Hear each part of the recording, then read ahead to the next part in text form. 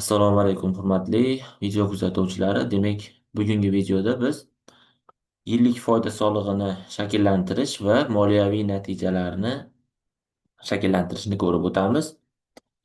Demak, buning uchun birinchi navbatda korxonamiz shaxsiy kabinetiga kirib oldim. Demak, may solig'i orqali bu yerda va demak, yuridik shaxsdan hisobotlarni yuborish bo'limiga kiramiz. Elektron shakllarga kiramiz bu yerdan. Demak, foyda soliq hisobotlari bo'limiga o'tamiz bu yerdan. Keyingi navbatda foyda solig'i hisob-kitobi, ya'ni paket raqami 10205 paket raqamli foyda solig'i hisob-kitobiga kirib olamiz 25-yil uchun.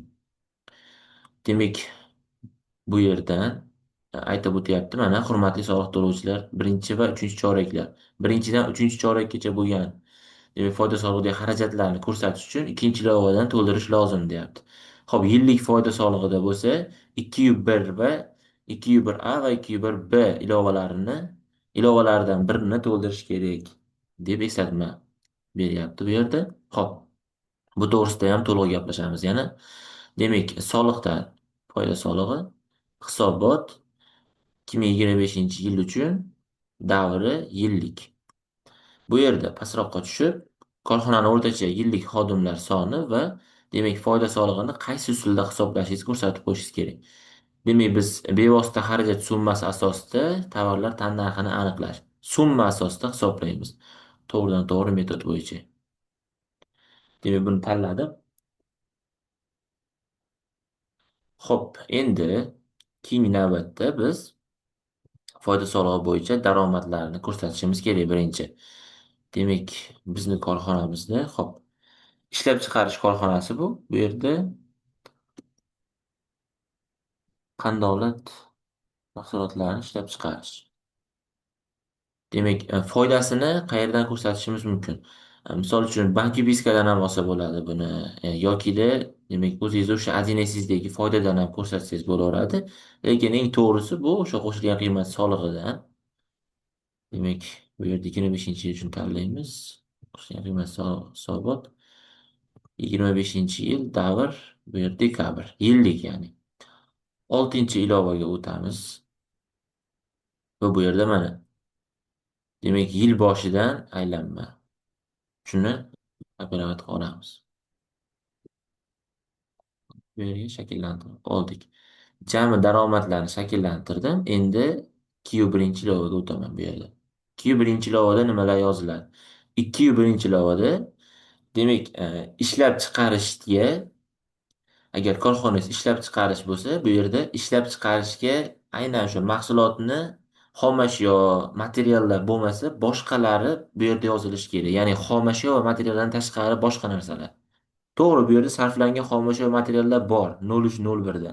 Lekin bu yillik hisobotda agar sizni korxonangiz ishlab chiqaruvchi korxona bo'lmasa, bu yerda siz o'sha demak konstavarlar yozishingiz mumkin. Boshqa o'sha misol uchun sotuv bo'limiga, ma'muriy bo'limga sarflangan xomashyolarni yozishingiz kerak bo'ladi bu yerga. Agar sizda ishlab chiqarish qandaydir bir tovar xomashyo sotib olib, undan tayyor mahsulot qilib ishlab chiqarsangiz, unda siz 201 A yoki B ni tanlashingiz kerak. Demak, 201 A ni tanlasak nima bo'ladi? 201 A ni tanlasak, bu yerda demak, yil boshiga, soliq davri boshiga tugallanmagan ishlab chiqarishni yoyib ko'rsatib berishimiz kerak. Bu yerda demak, yil boshiga tugallanmagan ishlab chiqarish. Demak, 2025-yil uchun hisobotni shakllantiryapmiz yil oxiriga. Shunda demak, 2025-yilda boshidagi tugallanmagan ishlab chiqarishni yoyib ko'rsatamiz. Demak, deylik, bizni korxonamizda misol 3 million so'mlik tugallanmagan ishlab chiqarish bo'lgan. Shundan 1 million so'm bu yerda xomashyo edi. Shundan yana 1 million so'mi demak, mehnatga haq to'lash tarzidagi daromad edi va yana 1 million so'm amortizatsiya edi. Demak, 3 million turibdi bu yerda, to'g'ri? 3 millionni men yoyib ko'rsatdim hammasini. Moddalar bo'yicha shakllantirib berdim. Demak, biz aksincha hop 201 B ni tanlasak bu yerda 201 B da soliq davrini boshiga tugallanmagan ishlab chiqarishga biz bitta summani yozamiz. Deylik 3 million deb yozaman. O'zi avtomatik shakllanadi shunda. Demak, 3 million Kelgusidagi mana bu yerga qo'shiladigan xomashyo materiallaringizga, mehnatga haq to'lashlaringizdagi daromadlarga, asosiy vositalarga, boshqa ishlab chiqarish xarajatlariga qo'shilib ketadi bu. Shunday qilib shakllantirib olishingiz mumkin bo'ladi. Bu yerda mana modda bo'yicha emas, summa bo'yicha shakllantirib qo'ydim. Xo'p, 2 A bilan B ni farqi shunaqa. Xo'p, bizda yil boshiga tugallanmagan ishlab chiqarish mavjud emas. Demak, 2 B ga o'taman. Xo'p, bu yerga xarajatlarni qayerdan olsak bo'ladi? Ba'zilar misol 1S yuritsangiz, 1S'dan olsangiz bo'ladi. Yokida misol Excel'da shakllantirish ham mumkin. Biz hozir Excel'da shakllantirishni ko'rsatib o'tamiz. Dublировать qilamiz bu yerda. Xo'p, MySolo'da o'zidan elektron hisob fakturalar bo'limiga o'tamiz. Demak, qabul qilingan hisob fakturalarga o'tamiz. Bu yerdan filtrga o'tib, demak 01.01.2025 davrga, demak 31.12.2025 yil. Yil boshidan yil oxirigacha bizga demak kirim bo'lgan fakturalar tanlaymiz. Xo'p, Vigruzetni bosamiz bu yerda.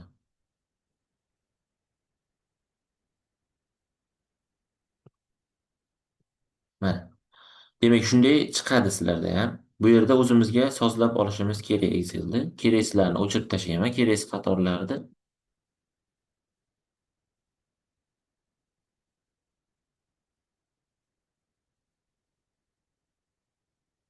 Xo'p,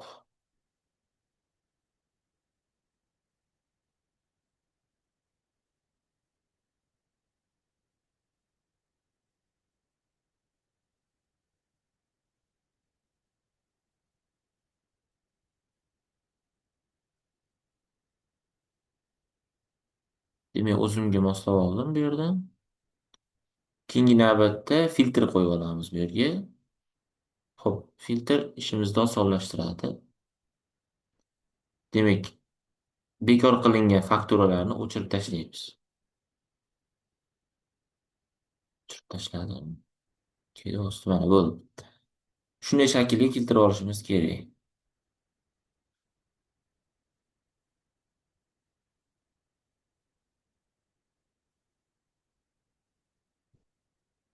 Zakripit qilib olsak, ancha yaxshi bo'ladi. Bo'ldi. Demak, ishlab chiqaruvchi korxonada o'zi buxgalterlar biladi, qaysi korxona sizga xomashyo olib kelib beradi. O'sha korxonalarda demak xomashyoni yozishingiz kerak bo'ladi. Shu demak 201 B ilovani tanladim. O'sha 201 B ilovada sarflangan xomashyolarga yozishim kerakmi? Bo'ldi, men qanday qilib demak tanlab yozaman bu yerda. Demak, bu yerda mana detoks topib tashlayman. O'ziga o'sha bilgan demak xomashyo yetkazib beruvchilaringizni qoldirib, qolganlarni olib tashlashingiz kerak bo'ladi. Demak, bo'ldi mana. Xo'p, bulardan so'm olamiz. 548 million. Demak, bu 548 ni hammasini olmaymiz. Bundan qo'shilgan qiymat solig'ini, demak, qo'shilgan qiymat solig'ini chiqarib tashlashimiz kerak.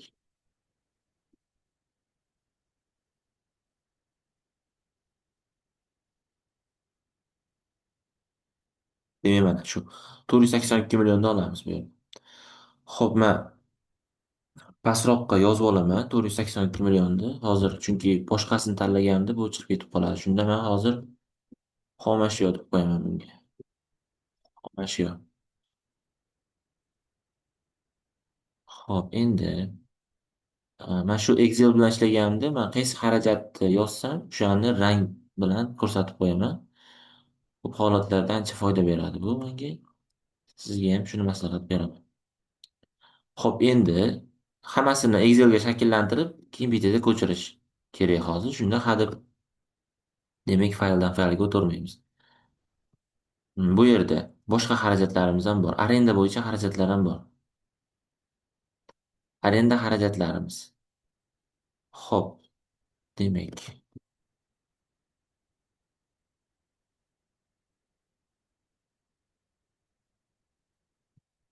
mana arenda bo'yicha xarajatlarni tartiblab oldim. Bu yerda, xo'p.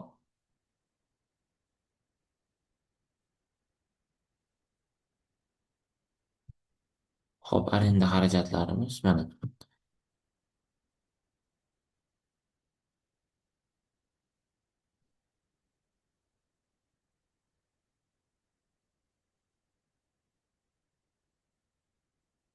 Demak, mana shu yerda 64 million 928 ming so'm chiqyapti bu korxonamizdan. Bu korxonamiz bilan bu korxona bizga joy ijara bergan va bu yerda biz yuqoridagi mana bu demak 22 ming 151 ming 948 bu summalar hammasi. Buning ichida kommunal to'lovlar ham borda.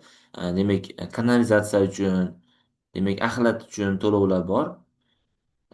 Demak, faktura yuborganda shu korxonani o'zini xos filtrga olganimga, demak, hammasi bitta chiqdi. Shuning uchun men alohida, demak, mana bu yerda arenda bo'yicha, demak, yirik summalar bu arenda bo'yicha. Bularda mana 61 million 148 387.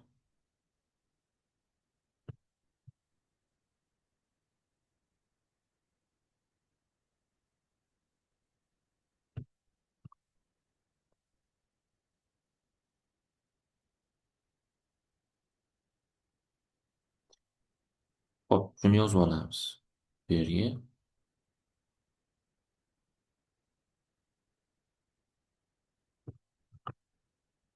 19 ekan. 09 bo'ldi.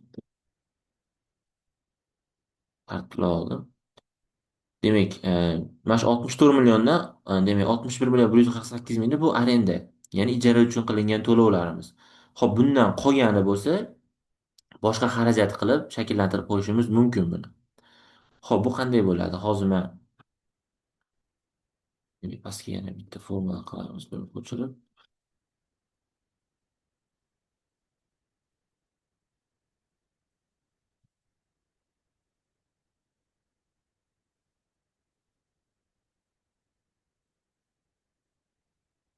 Bo'ldi. Xayr emas. Mana shu. Xo'p, mana 53 million 810 ming so'm bu arenda, 3 million 326 ming boshqa xarajat. Bu yerda o'sha kommunal bo'yicha ham xarajatlar bor. Arenda. Bu yerda 61 million 148 ming. Yo'q. Demak, 53 810 580,64. Shu butuni bilan demak yaxlitlab yozishimiz kerak bo'ladi. Boshqa xarajat deymizda bu yerga 3 million 326 ming 097,67. Xo'p, bu qanday bo'ldi? Birinchi mana ko'rdingiz. Bu yerda arendani pulini alohida qilib hisoblab oldim man 61 million. Shuni ichidan 61 millioni mana 64 million ichidan 61 millioni arendaniki. Endi xo'p, qo'shilgan qiymat solig'ini topib oldim mana bu 61 millionni bu yerdan. Xo'p, endi pastda mana demak 61 milliondan 7 million o'sha qo'shilgan qiymat solig'ini ayirdim-da 63 million. Endi 60 mana bu yerda 57 million 53 million. 57 million bu jami xarajat. Mana shu bitta korxona bo'yicha uni ichida arenda ham bor, o'sha kanalizatsiyaniki ham bor, axlat xarajatlari ham bor. Endi bundan mana bu yerda arendani o'zinikini sof qo'shilgan qiymat soliqsiz xarajatni ayirib yubordim. Mana 3 million 326 ming bu faqat kanalizatsiya va boshqa xarajati. 53 million bo'lsa arendaniki chiqdi. Shunday shakllantirib oldim. Bunga ham rang berib qo'yamiz. Esdan chiqarmaymiz. Shuning uchun. Bu ketdi. Endi elektr energiyani alohida yozamiz. Elektr energiyaniki. Elektr energiya 44 million bu yerda.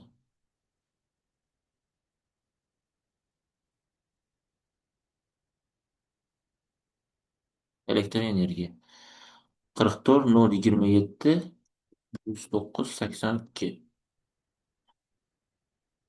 Xo'p, elektr energiyani ham.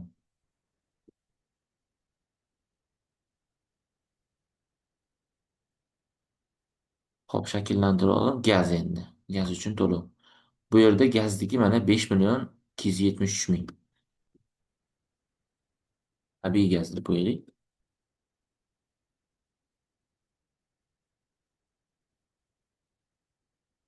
Tabiiy gaz. Hop, 5 million 273 136. Hop, bo'ldi.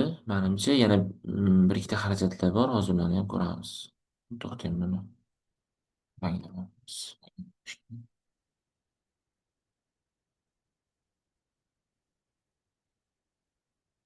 Bo'lgan.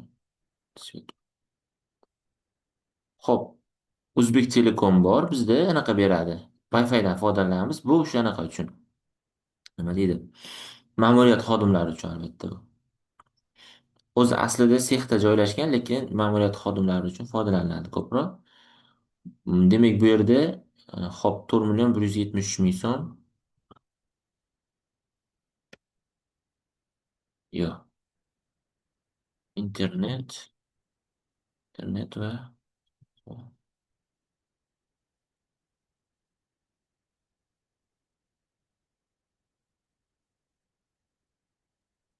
Edo degani o'sha elektron dokument оборудование. Detoxni ham qo'shib yubordim bunga. 4 million 173 ming 356.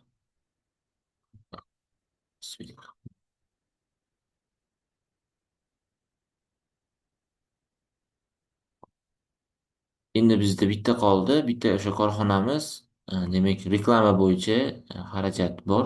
Bu korxonada ham buni ham yozib qo'yishimiz kerak. Xo'p, 3 million 952 ming reklama.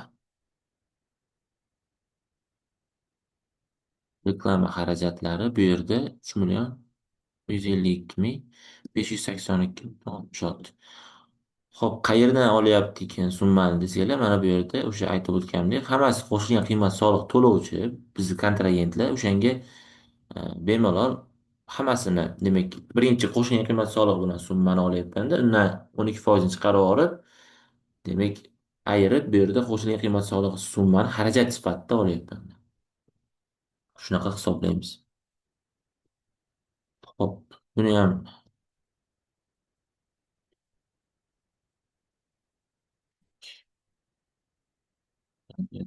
bunga hammasini belgilaymiz. Ko'rishingiz mumkin.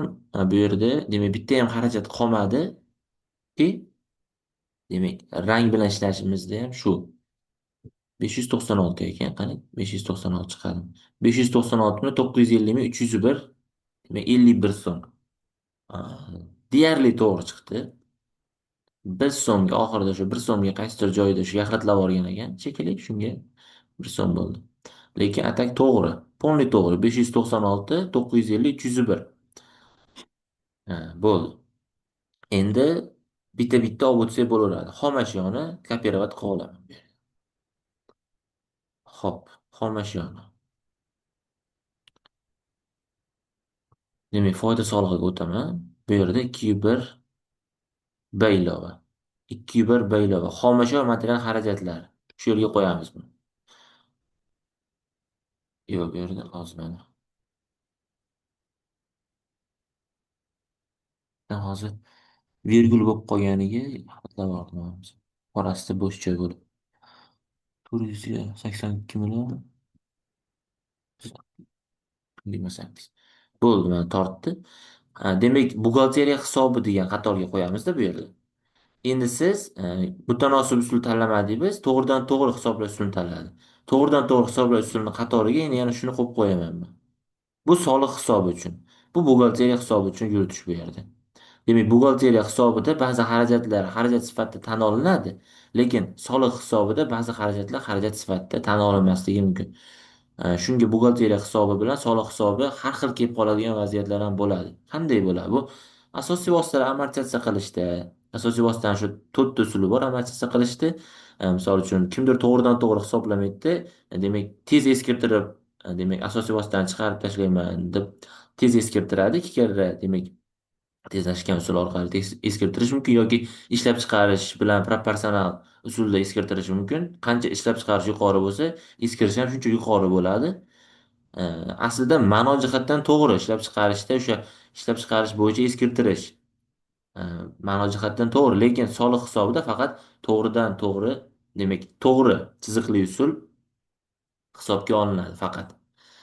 Bu o'sha foyda solig'ini, soliq kodeksi foyda solig'i xarajatlar bo'limida amortizatsiyada yozib qo'yilgan, faqat to'g'ri chiziqli usul amortizatsiyasi hisobga olinadi deb.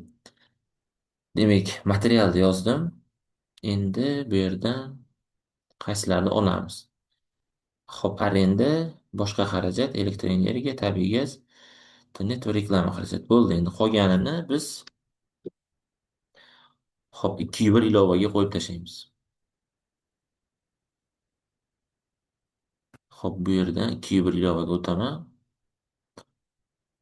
Xo'p, demak, operativ ijara bo'yicha xarajat, operativ ijara bo'yicha xarajat. Albatta, hozir orasida joylashib qoldi. Shunga 53 million arenda ketdi.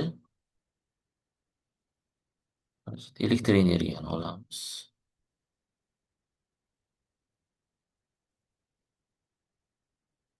Xo'p, elektroenergiya 0304-satr.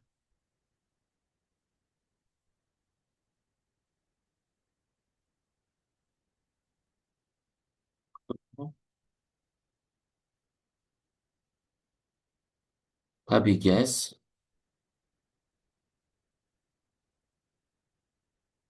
xo'p, sarflangan tabiiy gaz bu yerda 0303.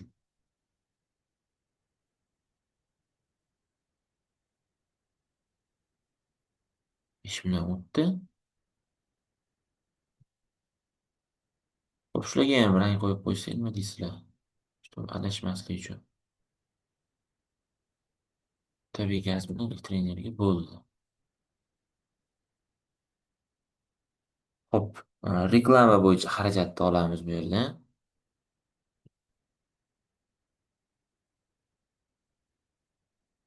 Marketing va reklama 0308.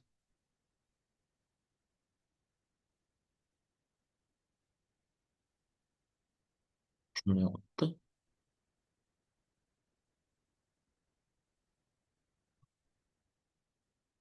Xo'p, bizda qolyapti internet xarajat va o'sha boshqa kommunal to'lovlar bo'yicha xarajatimiz qolyapti.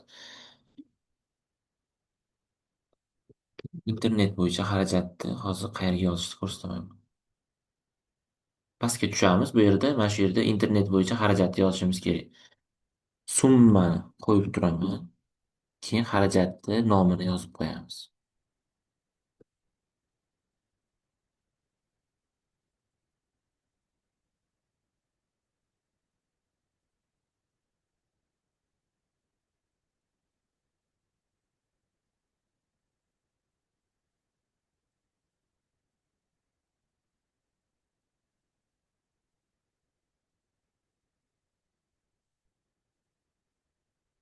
Net operator xarajatlar.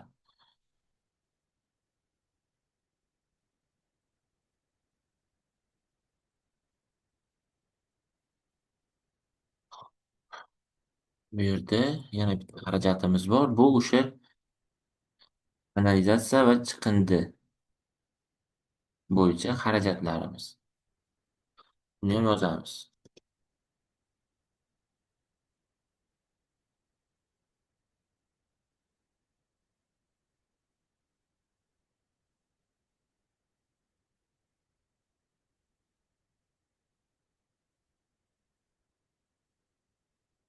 Demak, xarajatlarni yozib bo'ldik. 596, 950, 301.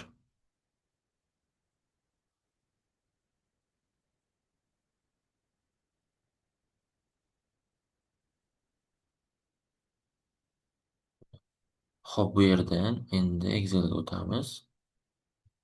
Bizda endi Excelda qiladigan ishimiz qolmadi. Excel bo'yicha barcha ishlarni qilib ko'rsatdim sizlarga. Demak, shunday yuritishinglar mumkin Excelda ham. Э, Demak, tayyor haqiqiy ma'lumotlardan foydalanib, o'zingizga oson qilib, deyarli bir 10 minut vaqtingiz ketsa kerak uzog'i. Juda katta оборот bo'lsa, demak 1 milliarddan yuqori katta оборотlar bo'lsa, vaqt ko'p ketadi, lekin shunday yursangiz filtr bilan ancha oson bo'ladi. Endi soliqda o'zidan ishlaymiz. Xo'p, to'g'ri keldi xarajat normalari. Endi mehnat bo'yicha xarajatni ko'rsatamiz. Mehnat xarajatlarini biz shu daromad soliq hisob-kitobidan topsak bo'ladi. Men hozir mana 25-yilga o'taman. Bu yerda yuborilgan dekabr oyi uchun daromad solig'ini ochib olaman. Ichida mana 0,11-satrda demak, mehnatga haq to'lash bilan bog'liq daromadlar o'sha soliq davri mobaynidagi daromadlar bu yerda 73,750 ming so'm. И 0,60-satrdagi ijtimoiy soliq bo'yicha demak xarajatni olishim kerak bo'ladi bu yerda. Xo'p, kalkulyatorni ochamiz. 73,750 mingga qo'shaman 8,850. Bu yerda 82,600 ming so'm. Bu yerda jami xarajat. Demak, 82,600 ming so'mni bu yerda men o'zim ajratib chiqqanman. Xo'p, bundan ayiramiz.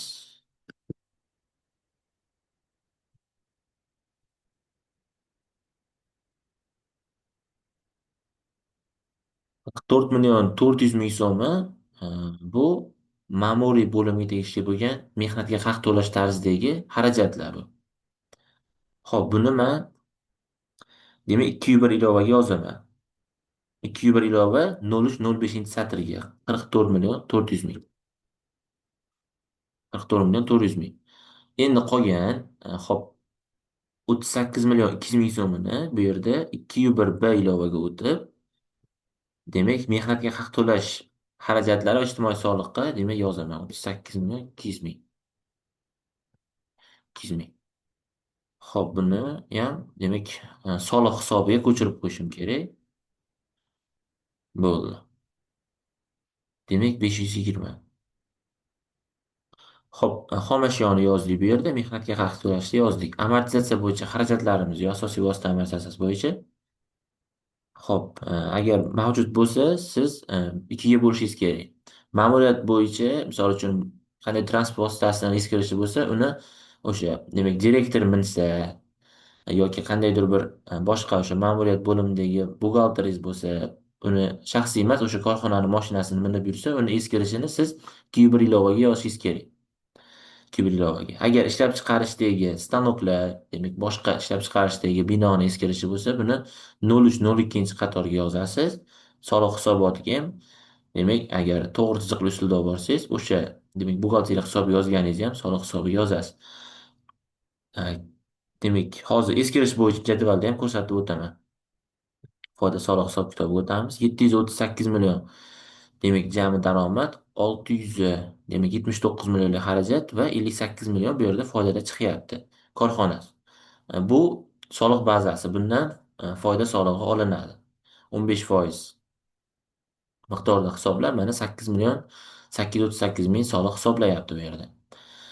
Endi hozir man sizlarga demak investitsion chegirmalar bu yerda va asosiy vositalar. Bundan tashqari nol stavkani ham ko'rsatib o'taman. Keyin joriy soliq davrida demak demak o'tgan yildagi zararni joriy soliq davridagi daromaddan, foydadan ayirishni ko'rsatib o'tamiz. Demak, investitsiyaviy chegirmani boshlaymiz birinchi. Investitsiyaviy chegirma. Bu demak ikkita turi bor bu yerda investitsiyaviy chegirmani. Yangi texnologik uskunalar olib kirganda, ya'ni o'sha mahalliy ishlab chiqaruvchilardan yangi ilmiy texnologik uskunalar sotib olganingizda, o'sha o'zingizni korxonangizga, bu yerda ushbu demak yangi texnologik vositani demak 20% sizga investitsiyaviy chegirma sifatida o'tadi bu yerda. 250 million deylik sotib olganmiz.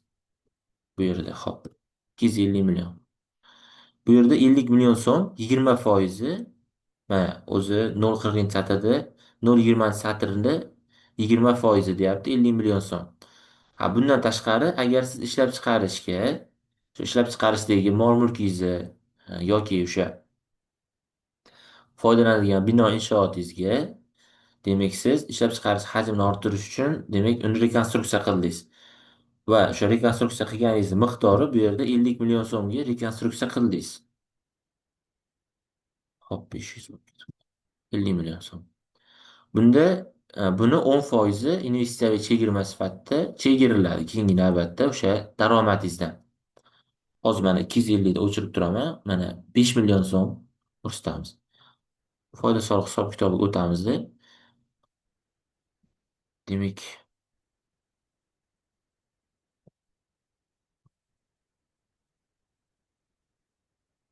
investitsiyaviy chegirma sifatida chegirilishi kerak. Mana shu yerga yozasiz o'sha investitsiyaviy chegirmani. Xo'p, endi keyingi navbatda bo'lsa asosiy vositalarni amortizatsiyasini hisoblash. Bu jadvalda demak guruhlar bo'yicha taqsimlab qo'yilgan. Birinchi guruh, ikkinchi guruh, mana birinchi guruhda bino inshootlar, ikkinchi guruhda o'sha e, quvurlar, elektr uzatish va o'sha telekommunikatsiya liniyalari bu yerda ular ham eskiradi. Demak, guruh bo'yicha eskirishini, qancha muddatda eskirishini topishingiz kerak bo'ladi. Bu soliq kodeksida ko'rsatib qo'yilgan o'zi. Hozir kodeksda ko'rsataman.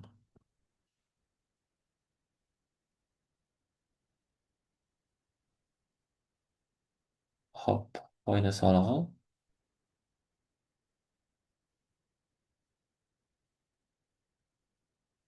foyda solig'i, xarajatlar, amortizatsiya xarajatlari pastroqda tushamiz. Bu yerda jadval bor o'zi mana. Bino inshootlar 5% dan eskiradi 20 yil. Bu yerda binolar 5% dan, inshootlar bo'lsa 10% dan eskirar ekan. Demak, boshqalarni ham ko'rsatib qo'yilgan bu yerda. Bu yerda mana demak 4-chi guruhga kiryapti transport uskunalari. To'rtinchi guruh ikkinchi bo'limda avtotransport vositalari 20% dan eskiradi 5 yilda. Shunday qilib, demak bu yerda birinchi agar yangi bo'lsa, hisobot davrida kelib tushgan bo'lsa, soliq davrida kelib tushgan. Demak, 4-qatorga yozishingiz kerak emas, guruh ro'parasiga deylik. Bu yerda mana demak, hop 250 250 million. Demak, mana 250 millionga biz o'sha asosiy vositamiz kelib tushgan. Bu yerga siz o'sha qo'shimcha xarajatlar bilan yozishingiz kerak bo'ladi. Agar e, bu asosiy vositangiz eskirib kelaturgan bo'lsa, hisobot davridagi boshlang'ich qoldiq qiymatga yozishingiz kerak bo'ladi bu yerga. Mana bu yerga. Misol uchun, buni hozir ko'rsataman qanday bo'lishini. Havo uzatish o'rniga yozamiz. Transportga yozamiz bu yerdan. Xo'p, keyingi navbatda demak soliq davrida hisoblangan amortizatsiya yangi bo'lganligi uchun soliq davrida hisoblangan amortizatsiyasini yozishimiz kerak bo'ladi deylik. 25 million eskirgan. 225 million qoldiq qiymat bo'lib o'tyapti. Endi 225 millionni misol uchun 26-yil uchun siz yillik shakllantirib turganingizda endi bu yerda mana hisobot davri boshiga boshlang'ich qiymat deb mana 225 dan eskirtirib bu yerda hop 225 keyin bu yerda hisobot davri boshiga jamg'arilgan amortizatsiya qilib shakllantirishingiz mumkin bo'ladi. Mana 25 million bu yoqqa ko'chirib yozamiz.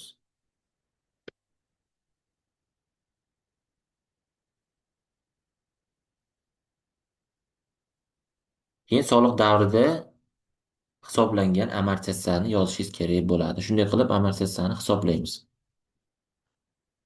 Asosiy vositalar bizda mavjud bo'lmaganligi uchun amortizatsiyani hisoblab ko'rolmaymiz. Demak, imtiyozlar bo'limiga o'tamiz.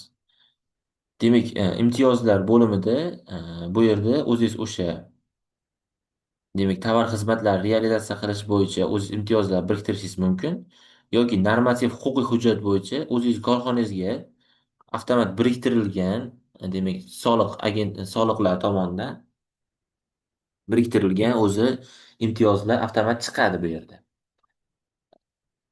Buning uchun o'sha mayus soliq orqali demak tegishli tartibda siz imtiyozdan foydalanish uchun demak bir so'rovnoma yuborishingiz mumkin yokida agar imtiyozga tushsangiz o'zi avtomat shakllantirib beradi bu yerda.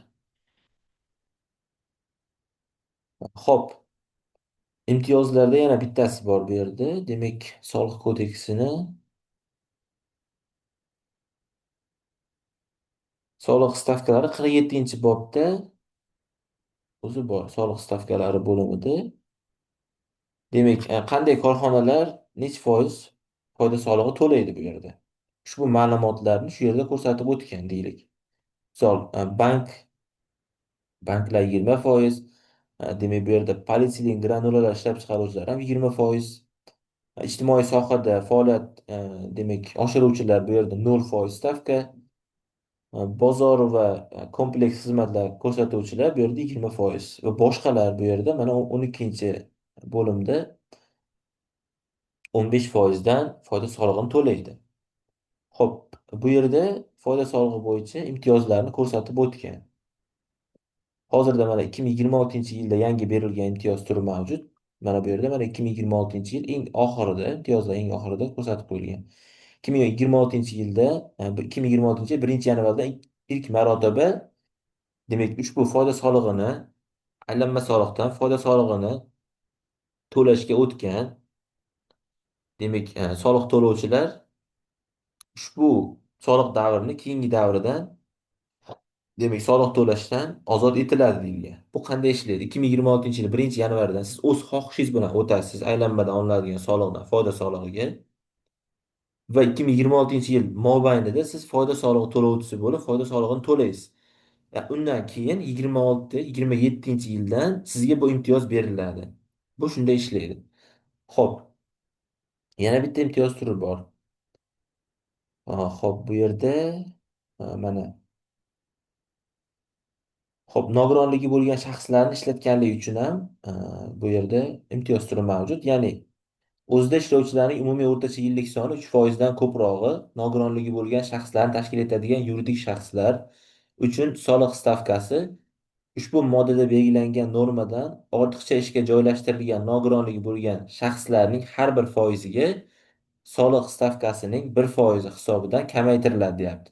Bu degani, ya'ni siz korxonangizda demak nogironligi bo'lgan shaxslarni ishlatsangiz va ular o'sha umumiy xodimlar sonini 3%dan yuqori bo'lsa, bu imtiyozga kirishni boshlaydi, ya'ni siz korxonangiz.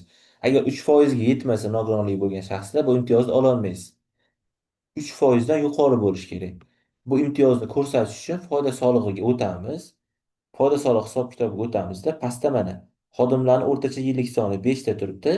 Bu yerda mana shundan nogironligi bo'lgan shaxslarga biz o'sha nogironligi bo'lgan shaxsda nechtasi bo'lsa o'shani yozib qo'yamiz. Deylik 2 ta. Bu yerda o'zi avtomat shablon hisoblab beradi. 15% edi mana 0,70 demak bo'limda, strakada. Foyda solig'i stavkasi 15%. Shundan 0,72 strakada nogironligi bo'lgan shaxslarni mehnatidan foydalanganligi uchun soliq stavkasiga tuzatish kiritish 9,45% deb hisoblab beryapti. Demak, bu yerga har kim ham yoza olmaydi. Shu nogironligi bo'lgan shaxsni ishlatishingiz kerak. Bundan tashqari shu My Mehnat o'zida, demak, boshqa portallarda ro'yxatda turish kerak, ijtimoiy reyestrda ro'yxatda turgan bo'lish kerak. Shundagina, demak, ushbu imtiyozdan foydalana olasiz. Yokida demak, foyda solig'i to'lovchilarga demak bu yerda hop yozib qo'yilgan, mana ushbu moddaning 13-qismida ko'rsatilgan soliq to'lovchilar soliq bazasini jami daromadining 25% miqdorida soddalashtirilgan tartibda aniqlashga haqli, deyapti. Bu qanday? Soddalashtirilgan tartibda soliq to'lovchi, foyda solig'i to'lovchilar. Buni hozir ko'rsataman, demak. Elektron shakllarga foyda solig'iga o'tamiz bu yerda. Xo'p, 1020539 paket raqami bu yerda foyda solig'i bo'yicha soddalashtirilgan tartibni qo'llovchi soliq to'lovchilar hisob-kitobi. Bunda o'sha solig'ni tanlaymiz. Foyda solig'i hisobot 25-yil davr yillik xodimlarni o'rtacha sonini kiritasiz bu yerda. Xo'p, daromadga faoliyat, xo'p, jami daromadlarga faoliyat turini tanlab miqdorini yozasiz deylik.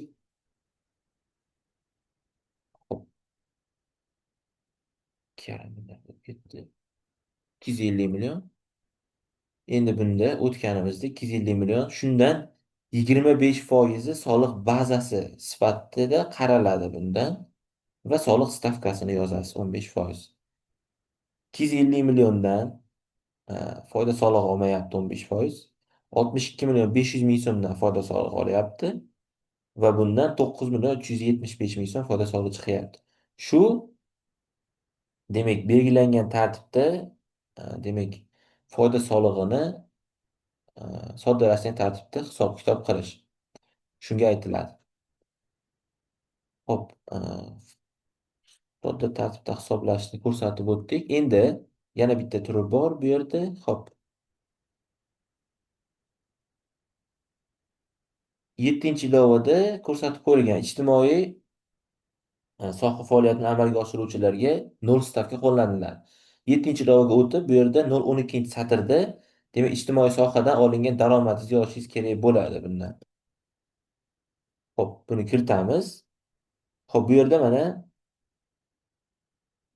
soliq bazasini chiqarib beryapti bizga mana 58 million 923 ming so'm. Buni o'sha xarajatlar qilib o'zingiz ko'rsatishingiz kerak bo'ladi. Bu o'sha 201-ilovada ham bor. Ijtimoiy faoliyat bo'yicha qilingan xarajatlar bu chegirmalar bor bu yerda.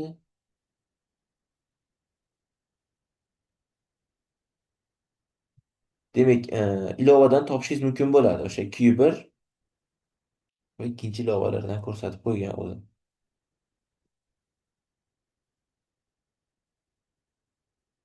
Demak, xarajatlarni chiqarasiz. Demak, biz soliq bazasini 0,32-satrga yozasiz. Agar ijtimoiy faoliyatdan olgan daromadingiz bo'lsa, yokida qishloq xo'jaligi mahsulotlarini o'zingiz ishlab chiqarib, o'sha realizatsiya qilsangiz, buni 0,11-satrga yozasiz va bundan olingan shu soliq bazasini 0,31-satrga yozasiz. Shunda 0 stavka orqali demak foyda solig'ini qo'llashni to'g'ri bajargan bo'lasiz bu yerda. Endi biz soliq hisob-kitobiga o'tsak, mana bu yerda mana. Xo'p, 58 million 0 stavka qo'llanilgan soliq to'lovchilar foydasi bu yerda mana 0,50-strakada 58 million 923 ming. Shunday qilib, demak, 0 stavkani qo'llashimiz mumkin bo'lar ekan. Xo'p, ularni o'chirib tashlaymiz. Demak, 8-ilova bu yerda foyda solig'iga, demak, o'tgan yildan olingan zararlardan ushbu yildagi foyda solig'i o'sha bazasini kamaytirish bu yerda. 2020-yilgacha bo'lgan xarajatlarni 3-qatorga yozasiz. 2019, 2018, 2017 davridagi har anaqa zararlarni 2020dan 2020-yil va undan yuqori yillardagi olingan zararlarda bo'lsa 4-qatorga yozishingiz kerak bo'ladi. Deylik 2024-yilda bizni korxonamiz 7 million 500 ming so'm zararda chiqqan. Demak, 37 million 500 ming so'mni kopirovat qilib, bu yerda 0,40-satrga ham yozishimiz kerak bo'ladi. Demak, 37 million 500 ming so'm. Agar hop 0,40 ga yozmasak, bu yerda davrga o'tganimizda hop hisoblab bermaydi. O'zi 0,40 ga yozishimiz kerak shunga. Hop, 8-ilovaga o'tib 0,40 ga yozamiz.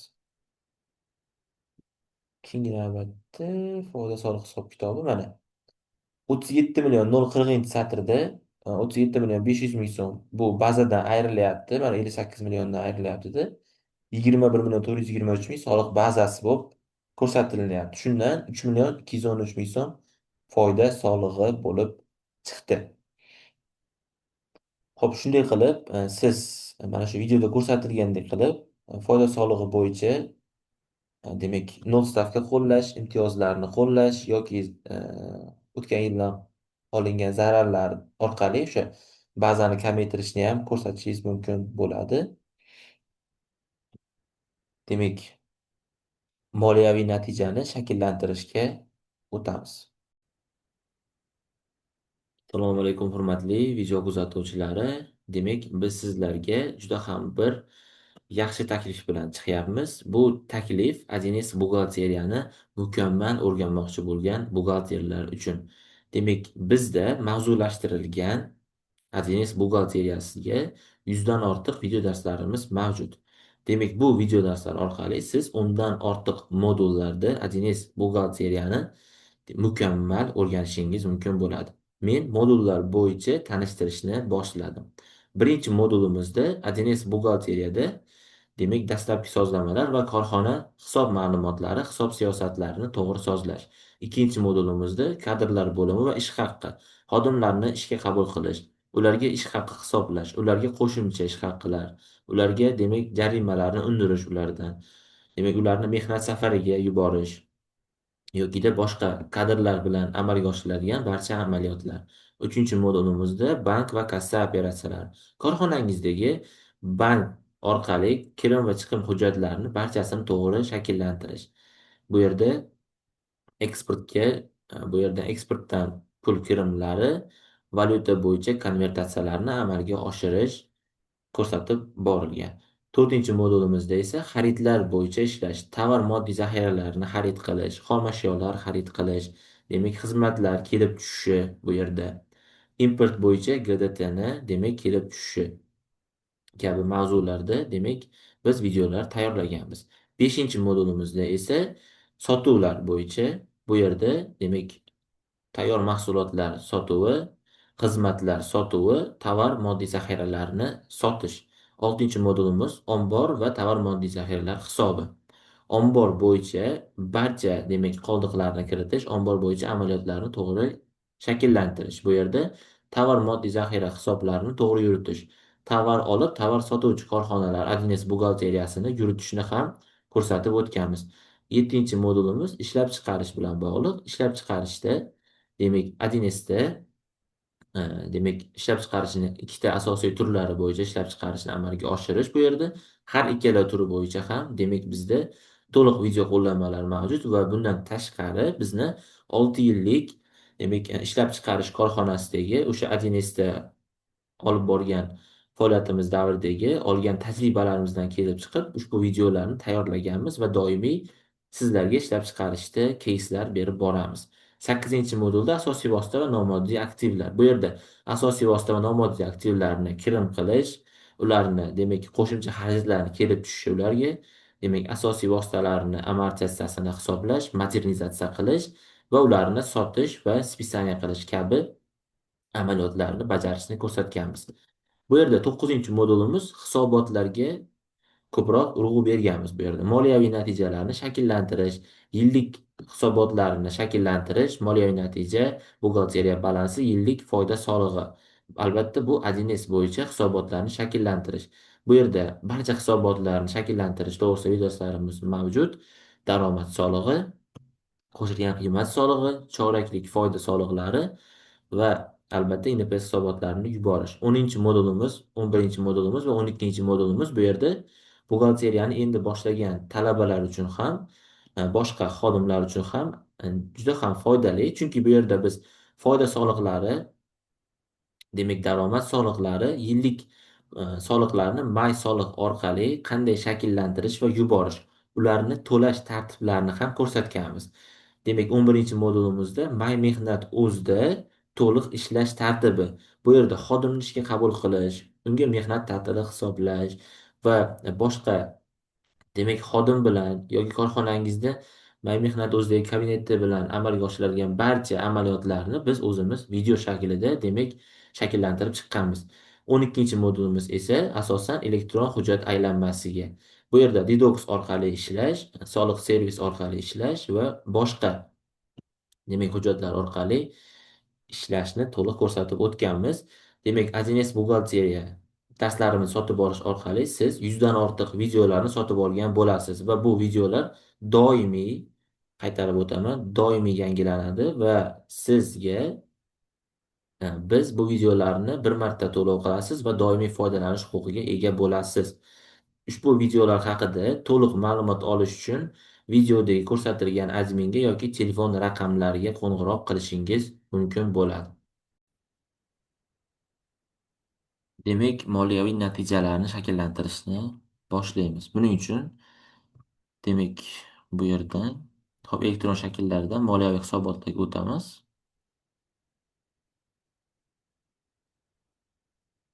Xo'p, moliyaviy natija to'g'risidagi hisobot umumiy va bu yerdan moliyaviy natijalar to'g'risidagi hisobotni tanlaymiz. Bu yerda eslatib o'tyapti. Demak, hisob demak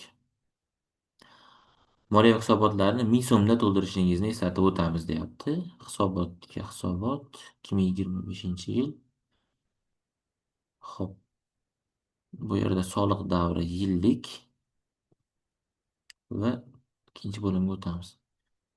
Xo'p, bizni korxonamizda o'sha 2024-yilda ham topshirilgan hisobot. Shuning uchun 2024-yildagi demak qoldiqlarni bu yoqqa ko'chirib o'tkazimiz kerak.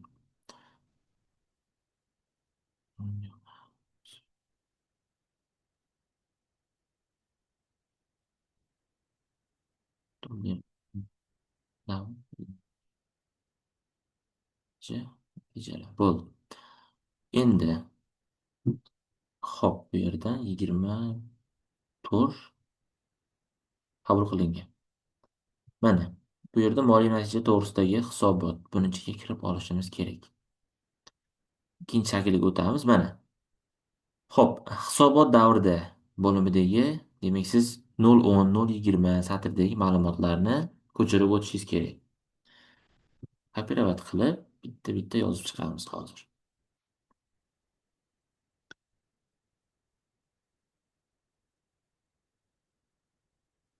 Demak, bu yerda sotish xarajatlari,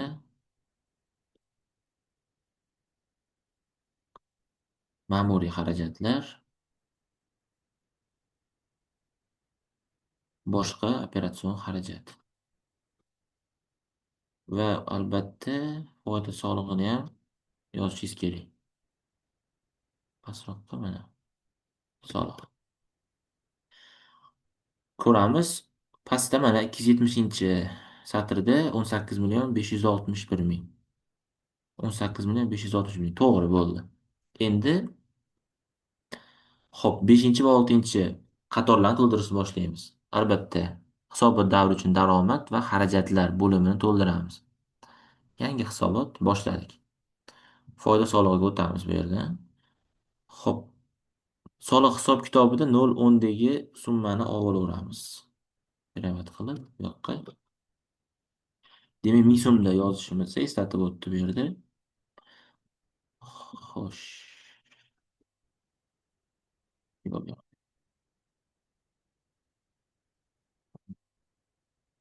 Bir nuqta qo'yib berish kerak. Mana bu. 738.473.000. Endi sotilgan mahsulotlar tannarxi bu yerda.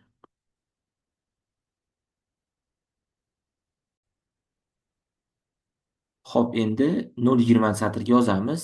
Bu yerda sotilgan mahsulotlarning tannarxi deyapti. Foyda solig'iga o'tamiz. 201B ilovada o'zi ajratib chiqdiga o'sha yerdagilarni hisoblaymiz bu yerda. Mana o'zi yozib qo'ygan. Xo'p, 0.20 satrda 520.587.000 qo'yib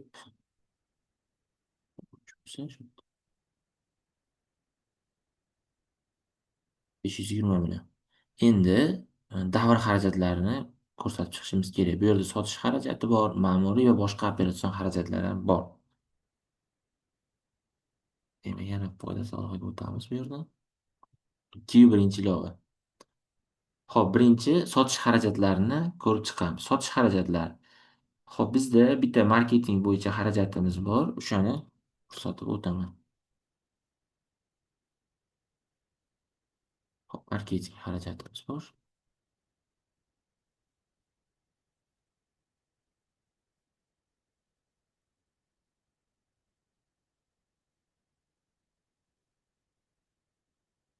Shu bilan ma'muriy xarajatga o'tamiz endi. Ma'muriy xarajat. Demak, ma'muriy xarajatga biz mehnatga haq to'lash tarzidagi o'sha daromadni uh, qilingan xarajatni yozishimiz kerak ma'muriyat bo'limidagi. Hop, bu yerga yozamiz mana.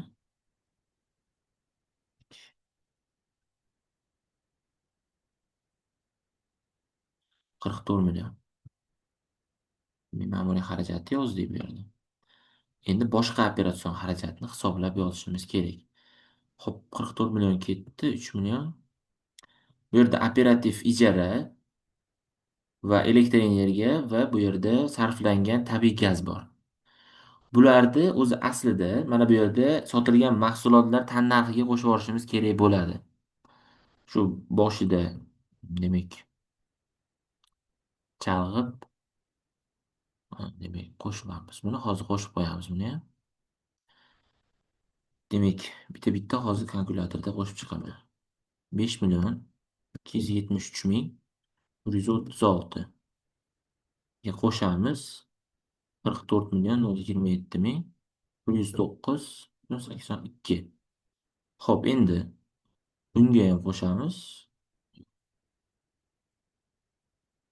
5.273.136 qo'shamiz. Xo'p, 44.127.109.82. Endi xo'p, 53.810.000. Bu 53.810.000 demak ijara bo'yicha xarajatimiz bu. 810, 580 va 64. Общий demak 97.837 qo'shish kerak. Sizlarga menimcha kalkulyator ko'rinmayapti. Men shunaqa ko'rinmaydigan kalkulyatordan foydalanaman, чтобы hammaligi miyasida ishlayapti deb o'ylasin. Sizlarga ham maslahat beraman shunaqadan foydalanishni. Ko'rinmaydi kalkulyatorga. Xo'p, bu yerda endi men 2 ga o'taman. Demak 520 millionga qo'shishim kerak bu yerda. Plus 520 million 587.438.72.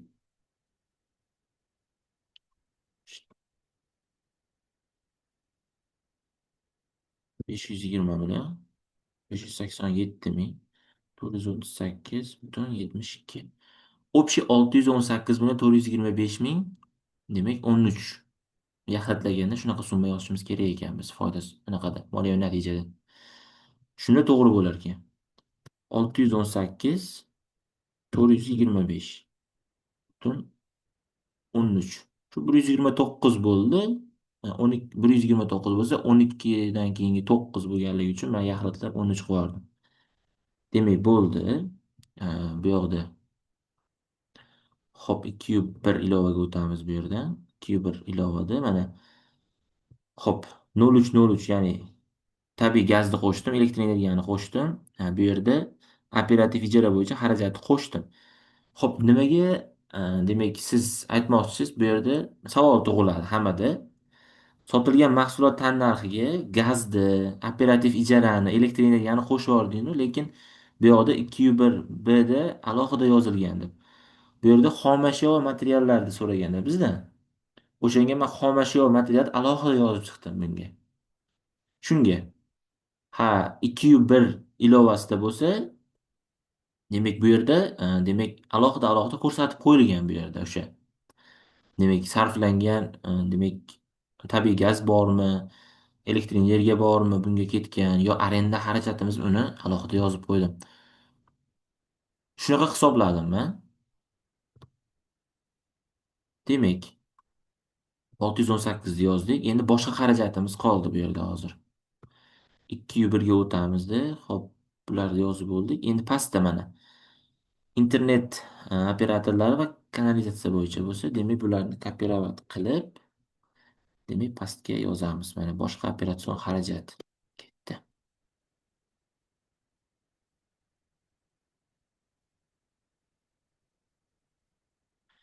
1.64 million bo'lsa, bu yoqda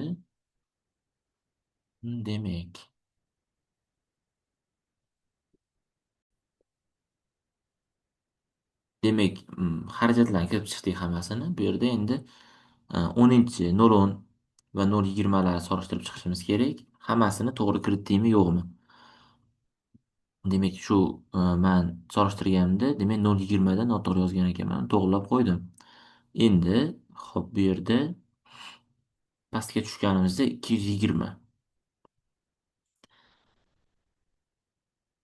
240-chi demak satrida agar yuqorida boshqa xarajatlar bo'lmasa, qaysiki o'sha demak bu yerda dividend shaklidagi daromadingiz, foiz shaklidagi daromad, moliyaviy ijaradan daromad, valyuta kursidan farqdan daromad, yoki xarajatlaringiz bo'lmasa boshqa.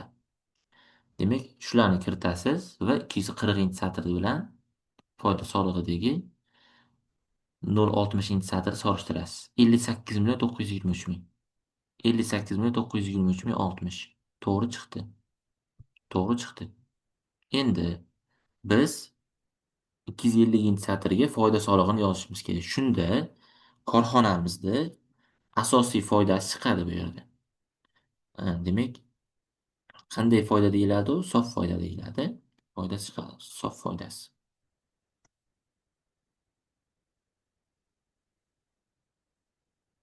8 million. Xo'p, foydada 50 million 85 ming, demak qanchadir so'm foyda chiqdi korxonamiz bu yerda. Mana shundoq qilib shakllantirsak bo'ladi.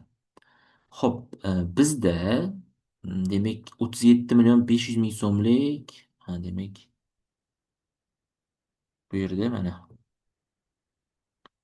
hop hozir men ko'rsataman sizlarga. 8-chi ilovaga kiritishimiz kerak edi biz. 37 million 500 ming so'mlik anaqamiz bor edi, zararimiz bor edi. Agar esingizda bo'lsa, o'sha zararni kiritdim, yozaman. Xo'p, 37 million 500 ming zararda kiritdim. Bu endi soliq bazadan ayriladi. Soliq bazadan ayrilganda mana chiqyapti 0,80. 150-satrda foyda solig'i kamayib qoldi anchaga. 8 million edi, 8 million 823 edi, 3 million 213 ming qoldi bizga. Xo'p, bu yerda biz zararni ko'rsatdik. Korxonamiz yilda 2024-yilda zararda chiqqanda o'shani yillik hisobot bilan yopib yubordim deb ko'rsatyapman. Soliq bazasidan yopib yubordim ko'rsatdimda. Endi bu yerda biz bu xarajatni qayerda ko'rsatsak, shunda yana to'g'ri chiqadi. Lekin aslida biz bu xarajatni ko'rsatmasligimiz kerak. Chunki bu moliyaviy natijada bu xarajatni ko'rsatadigan joyi yo'q. To'g'ri, favqulodda zarar, favqulodda foyda degan narsa bor. Lekin favqulodda zararni siz demak mazmunini o'qisak, favqulodda qaysilar favqulodda zarar bo'ladi deb. Hozir men demak ochib ko'rsataman qarorni. Mana shu yerda demak bu yerda biz ko'rishimiz mumkin. Vazirlar Mahkamasini qarori bor.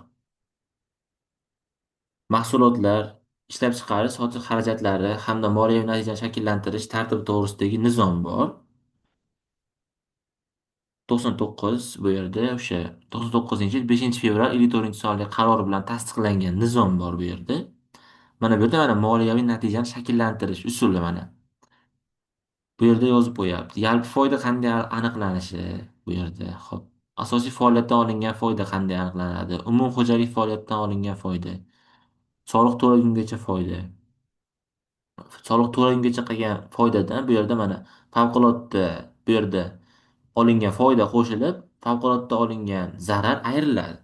Xo'p, endi favqulodda foyda, favqulodda zararni biz ko'raylik qanaqa, nima u? Xo'p, bu yerda mana buni tashlab qo'yaman men o'zim. Davr xarajatlari bor. Davr xarajatlarini 4-bo'limiga o'tamiz. 4-bo'limda o'zi ko'rsatib qo'ygan. Favqulodda zarar nima? Favqulodda zarar deyapti. Favqulodda zarar bu xo'jalik yurituvchi subyektning, demak, o'zi ko'rinyapti. Xo'p, ko'rinyapti menimcha. Xo'p, favqulodda zarar bu xo'jalik yurituvchi subyektning odatdagi faoliyatdan chetga chiquvchi hodisalar yoki operatsiyalar natijasida vujudga keladigan va ro'y berishi kutilmagan odatdan tashqari xarajat moddalaridir, deyapti. Misol uchun bizni xo'jalik faoliyatimiz subyektimizga qarab qolmagan bu. Qanday anaqalar, misol xarajat, zararlar bular kiradi bunga. Xo'p, bu xarajatlarni qanday xarajat favqulodda zarar sifatida ko'rsatiladi. Bu xarajat korxonani odatdagi xo'jalik faoliyatiga xos emas, xos bo'lmasligi kerak, ya'ni. Bir necha yil mobaynida takrorlanmasligi kerak, keyin boshqaruv xodimi tomonidan qabul qilinadigan qarorlarga bog'liq bo'lmasligi kerak. Bu o'sha har xil demak suv toshqinlari bo'lishi mumkin. Misol uchun tabiiy ofatlar, yong'in, boshqa har xil hodisalar natijasida sizni korxonangizga zarar yetishi. Shu favqulodda zarar deyiladi. Favqulodda foydani ham alohida o'zini, demak, e, tartibi bor, aniqlashdi. Shuning uchun ham bu tartibga tushmaydi bizni hozirgi qiladigan misol holatda. Shuning uchun 8.823 o'rniga man hop 3.213.000 yozaman. Chunki bu moliyaviy natija kim uchun? Moliyaviy natija investorlar uchun, korxonangizdagi ta'sischilar uchun. O'sha ta'sischi bilishi kerak qancha soliq to'laganini. Siz misol uchun soliqni bitta aytish mumkin, to'g'ri, 58 milliondan olaman deb. Unda siz 58 milliondan soliq to'lamayapsiz, u qanday qilib 58 milliondan foyda solig'ini olasiz? Zararni ko'rsatdingiz to'g'ri qilib. Soliq bazasi 21.423.000 chiqdi. Xo'p, qanday qilib siz endi 58 milliondan soliq undirdim deb olishingiz mumkin bu yerda. Shunda biz to'g'ri qilib 3.213.000 dan olamiz va korxona 55.710.000 sof foydada chiqadi shunda.